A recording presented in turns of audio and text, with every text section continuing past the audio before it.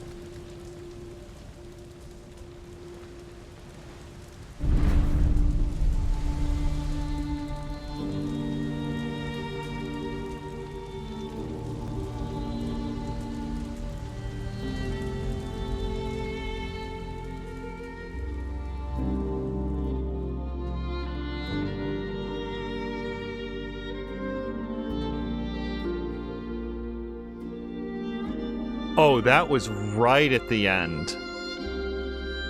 Okay. Hopefully everything is audible because the music doesn't seem to be especially loud. This was an extremely interesting journey. So to go into it, I'm left at this moment not knowing what was or was not real. Like, I feel like the whole proceeding has such a dreamlike quality that it still exists possible. Like, I was directly questioning in my mind whether or not Mia Green, I think that was her name, was actually there. Like when she wanted Erica to cut the wire on the security camera. Well, you have the knife. You actually hand it over to Erica for her to cut it. Those are the little things that make me start to think. And I am going to adjust the volume on this real quick. Sorry, this is what happens when I'm trying to fly solo here on this. Hold on.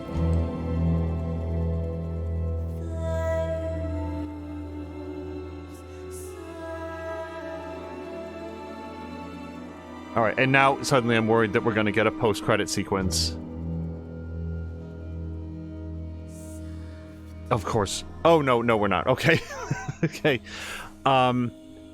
Those are little things where it's like, here, you do this easy to do thing that I could just do myself, that make me start to question whether or not that person is actually there or is just a hallucination. But there was something really off about the whole investigation. I'm sort of thinking in my head as it's going on, are we never seeing any police officers or any sign of investigation or anything because this is a very low budget production and they just can't afford to do that, and that's perfectly fine? Or are we not seeing those things because none of those things are happen, and this alleged cop is just some random dude who showed up and is actually part of the conspiracy? So, you know, at first I'm giving the game a wide leeway because this is probably, you know, compared to like even a television production, a very, very low budget thing. But as it goes on, it just feels more and more and more off. And the part that really threw it over was when they take Erica to a new location, but as the dialogue points out, and that was where I was confused about where are we right now, because I thought that they were pulling up to the Delphi house again. When they get there, it's like, oh boy, I'm really glad that I turned it down now. Yeah, I might notch it down even some more. Hold on just 1 second, sorry.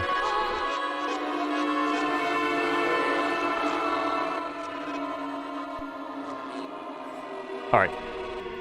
That was the scene where I was like, hold on a second.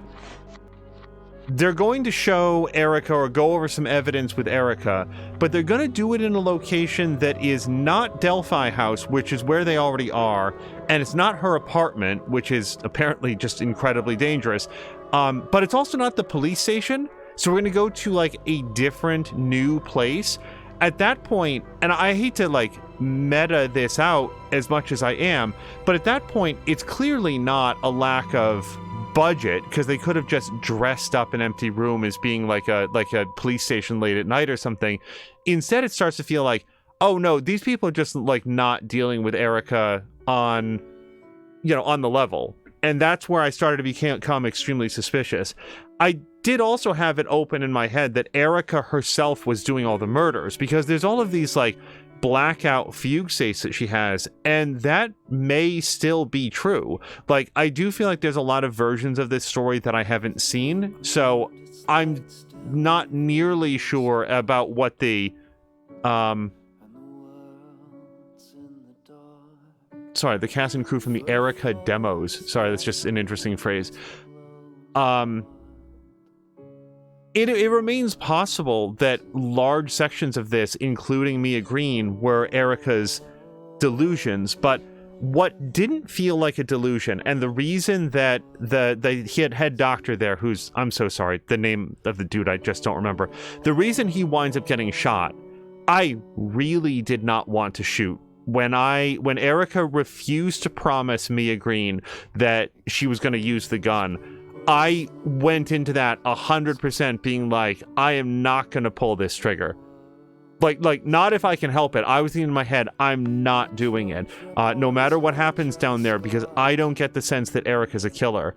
But when we get down there, and we're in this ancient, etched, eldritch crypt, and the doctor is like, Erica, you have to listen to me. This isn't making any sense. Like, you're scaring me, Erica.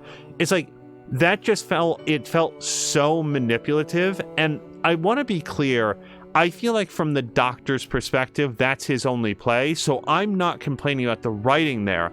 I'm saying that with the luxury of sitting here in my home, well-fed, well-rested, and not drugged, this scene doesn't make any sense. It just doesn't make any sense to me that he's reacting in this way, like, oh, Erica, you've just misunderstood.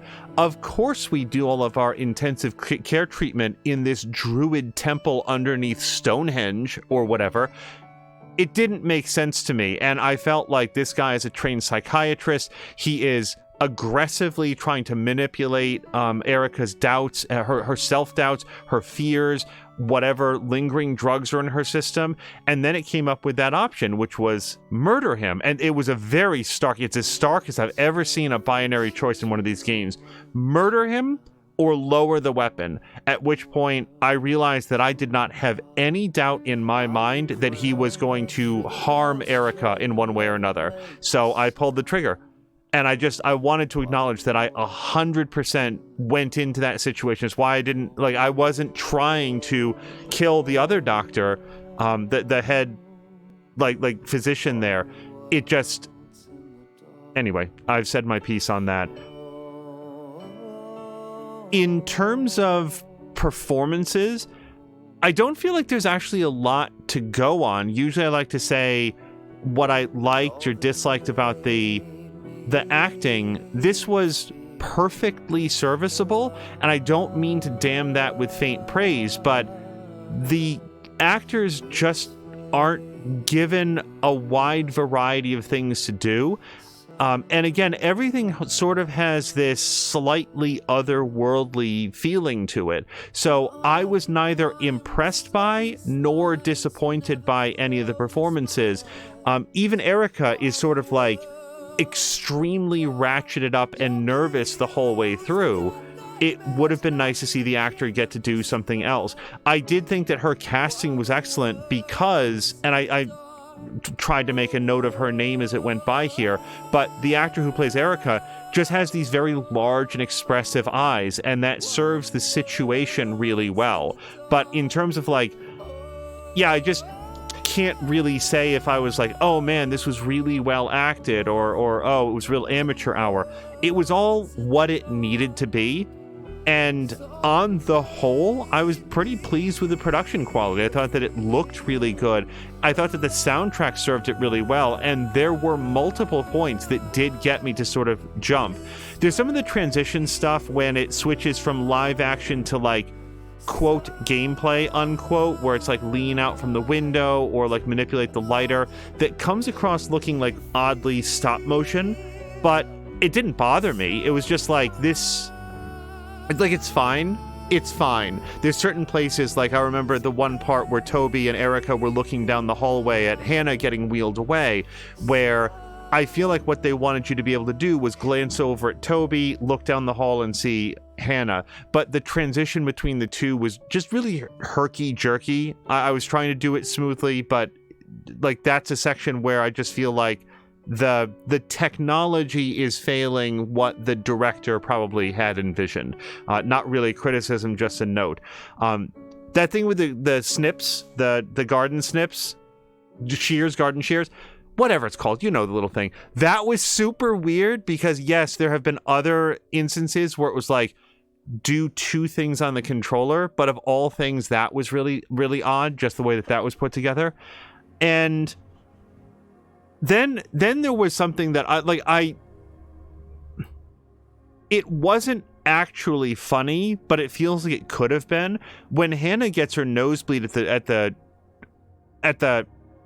piano, and then just like seemingly just like it's like a chest burster from an alien movie. She just explodes with blood out her nose and mouth. I was extremely surprised when she actually survived that. And like when there was Toby, there was Hannah, and then there was third girl. And I'm so sorry that I just missed third girl's name. She's like, you know, go off to get some help. And I figured that like there was the choice there where there were different options on the screen, and Erica was like, go get help. And I chose that because that's what I wanted third girl to do, and it gave a specific direction to her, and I'm not even sure that there's a third thing. And it seemed to like sort of ratchet down the alarm. There were also a couple things where I sort of accidentally did the right thing, like when Erica first comes down the stairs and third girl is like, oh, no, the carpet is clean, don't walk on the carpet. I legitimately wasn't 100% sure which of the options was to not walk on the carpet. Because, yeah, man, if it's important to you to not walk on the carpet, I can walk along the side. That's perfectly fine. I just wasn't sure which of those options on the screen was going to lead to that result. And maybe that's a little intentional. Like, one of the things that I tried to play into here was Erica herself. Erica was not Sarah Hamilton. What's her name from... That's not the right name. She's not John Connor's mother. What the hell? Sarah Connor, that we got there eventually. She's not Sarah Connor. Like, she's not an action hero. She's somebody who seems extremely amped up, very nervous, very uncomfortable, and very uncertain of herself. So I tried to play into that because it felt right for the character. But when the time came, she still pulled the trigger because that's what I interpret to be best for her. I'm not surprised that we didn't find her mother down there because I just don't know under what circumstances that would happen. Like, how old do we figure Erica is? Probably early 20s. Her mom has been, like, kept in a crypt looking into the future for all that time, assuming that that's even a thing. I feel like as much as any narrative game that I've ever seen, this one would really warrant a replay to make very different choices to see if we get different or more information. I'm not sure because I so rarely ever even consider replaying narrative games, but this might be one. I don't know. So what do we know? This is probably where I should have started, by the way.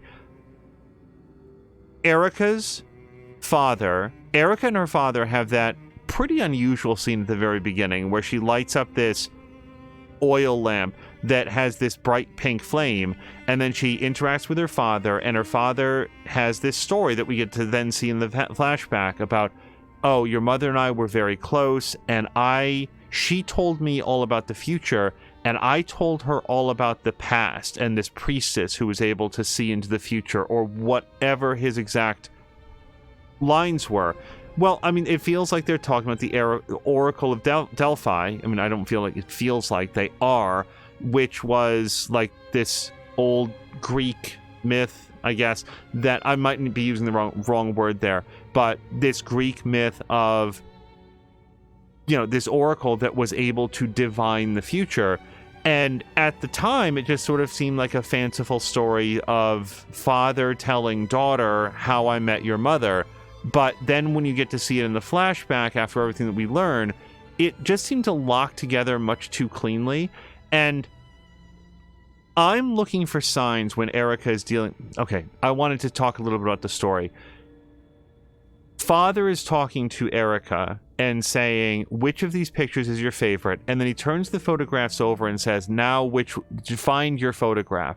And it feels a lot like a test, that he's testing her abilities, because it's a super weird game, if that's what it's supposed to be. So I don't think... That just sort of like stuck out to me. And then we sort of flash forward a bunch of time to when Erica is a young adult and sees this unusual thing happen in the hallway. And by the way, I was assuming at that point that Erica did know her across the hall neighbor. I just naturally assume there's that element that comes into a narrative game where the character is going to know more about their own life than you do. So I was just assuming, oh, there's like drunk Edna again across the hallway. And when the two options were help her, when it sounded like she was retching and vomiting outside, I thought that she's like coming home drunk, or B, complain. Like, I don't know drunk Edna. I don't know what's happening out here. It just seems to me. And then when I like sort of dithered in my head and didn't make a choice, Erica herself wound up doing nothing, which you heard me comment on because that was really interesting to me. That was not that I saw presented as an option, and yet was an option to simply not do anything. That also wound up feeding into my impression of Erica, because through my own inaction, the character became very hesitant and unwilling to, like, insert herself unnecessarily, and then that sort of fed into my further perception of the character. It's one of those things that happens sometimes where you make a choice, maybe in haste, and then that just sort of becomes part of that character's personality in your own headcanon. So that also fed into it. But then Erica gets a hand in the mail. Seems really extreme. And I think that is the one scene where you do see other cops. So it's like, oh, okay, so we do have other cops here on the scene, or at least you could hear them maybe in the next room. They did a good job of selling me on the idea that there was a crime scene being set up. And then they go to House of Delphi, or Delphi House. And I remember when we got there, I was like, I have literally no idea what this is. Like, maybe I missed the piece of dialogue, but it's like, I guess that character is for Delphi or something, that swoopy double C, like the 3-line C or whatever you want to call it. So it's like, is this it's a frat house? Like I just wasn't sure what all we were dealing with. Now we know that it was a mental health facility seemingly specifically for young women. And so Erica is there for her own safety while they sort of investigate this just bizarre crime of... And then that's another thing. So I'm just confessing right at this moment. The hand belonged to another person whose name I'm forgetting. Not Erica's father and not the like head psychiatrist there at the hospital, but like this third person. I feel like I'm meant to know who that third person was, but I either didn't pick up on all of the clues or I simply didn't find them with the sequence of choices that I made. But just like we have third girl, third woman, we have third guy who was out there. His hand is the one that gets cut off and sent to Erica, and the similarities are so close to the murder of Erica's own father that the police are like, oh, well, you might be in danger because you received the hand, so come over here to Delphi House, and we're going to hang out with you and, you know, try to chase down some clues about this.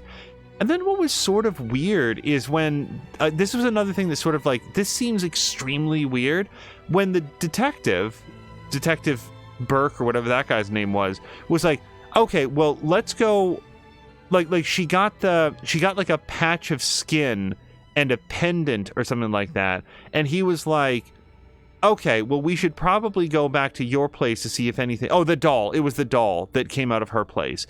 Let's go back to your place to see if anything else is missing. Wouldn't the cops, like, do a sweep there first? Again, this just seemed like a little bit odd. And then we get back there and the whole place has been tossed. And by the way, then they go across the hall. You know, the whole place is just like junkified. And then he's peeking. I guess I'm trying to remember if they heard something. For some reason, he starts investigating the door across the hall where drunk Edna had been, who we now know to be Mia Green, by the way. And he like peeks through the mail slot and he recoils like he smells something really bad. And then he draws his nightstick and we're going to go in there. And then he goes in there. And when Erica chooses to follow him, he's like gone. And like Erica's own place doesn't seem so large that a second person would get lost in there. Like, hello, where'd you go? You know, searching through the conservatory in this like random apartment. So when Erica goes over there and Detective Burke is just nowhere to be found, that also just struck me as very odd. Like, is he hiding and waiting for her to discover the body because he knows what's in there? Or is this given over to that sort of dreamlike quality that I was talking about, where things don't necessarily lock together in a logical way, which is not bad writing. I feel like it's tone setting here. And it helps keep you off kilter because, like, what's real? What's happening? And that also stuck in my head and was sort of added to the list of things don't feel right, and ultimately then became part of like, boy, I just don't trust this guy. But then they find the night watchman who we'd met in the previous scene. He's the dude who has the chunk cut out of his arm, and he's apparently been killed in the apartment across the way from Erica's apartment. And it's like, okay, this just seems way out there. And again, the fact that the cops' response is, well, we better get you back to Delphi House. The fuck are you talking about? What? Erica is clearly being targeted by some sort of like Jack the Ripper serial killer thing, and your plan is to just store her in some minimum security mental institution for young women? This doesn't make any sense. And so, as of this time, I do not doubt that Detective Burke was very much in on the whole thing. I really don't trust that guy. There's an element of where does Erica need to be to drive the plot forward, but I just don't buy it. It just seems like he would have to have been in on it for that to have been his plan, especially since The hospital didn't seem any too safe either.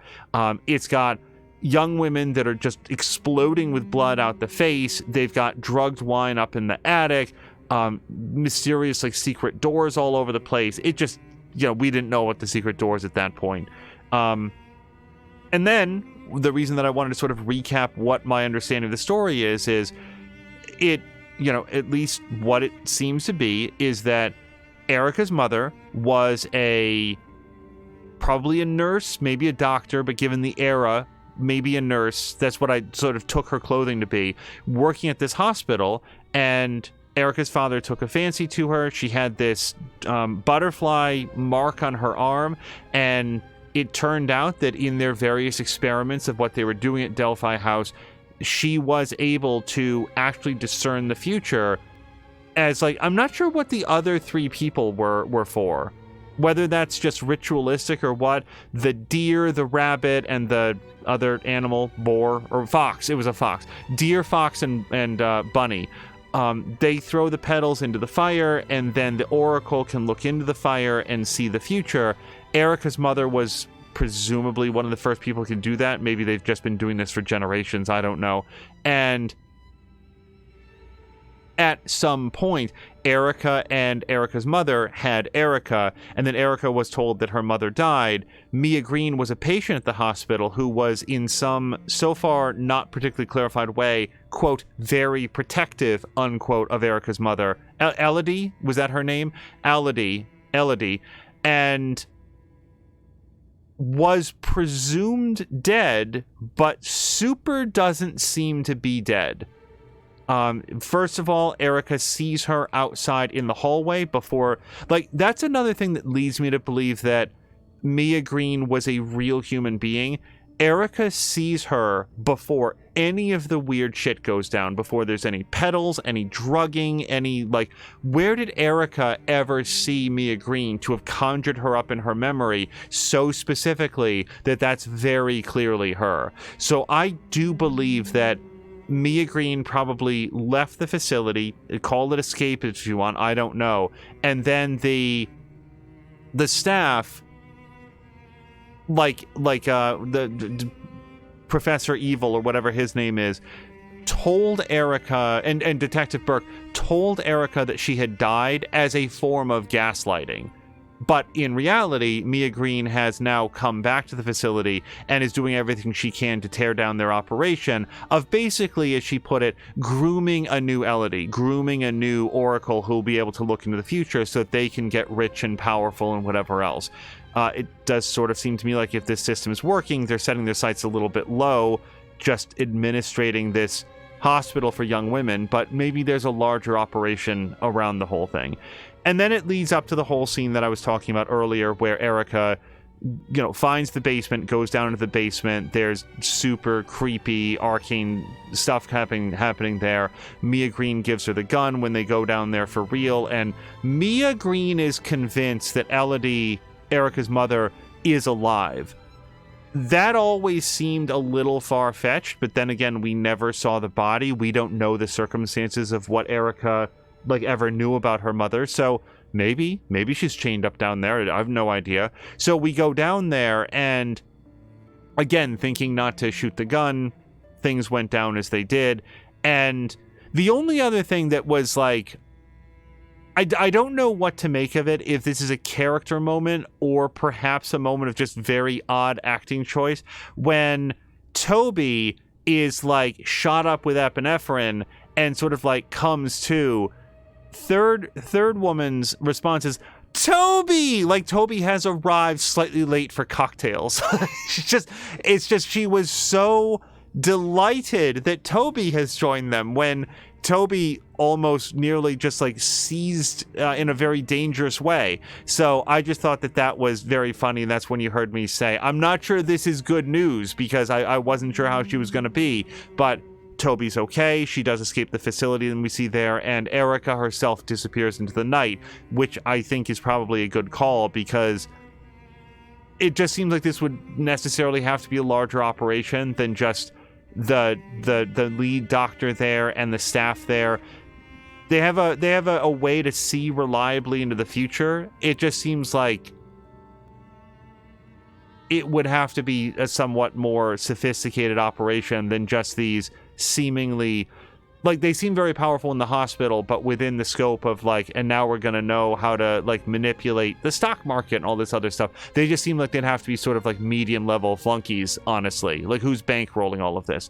Anyway, those were my thoughts. Now, at the end of all of that, I have to say that among types of stories, the secret conspiracy cult ranks somewhat low for me personally. Without being a reflection on this game and this story, my problem with it as a story format is it creates a story where anyone can be or cannot be part of the conspiracy.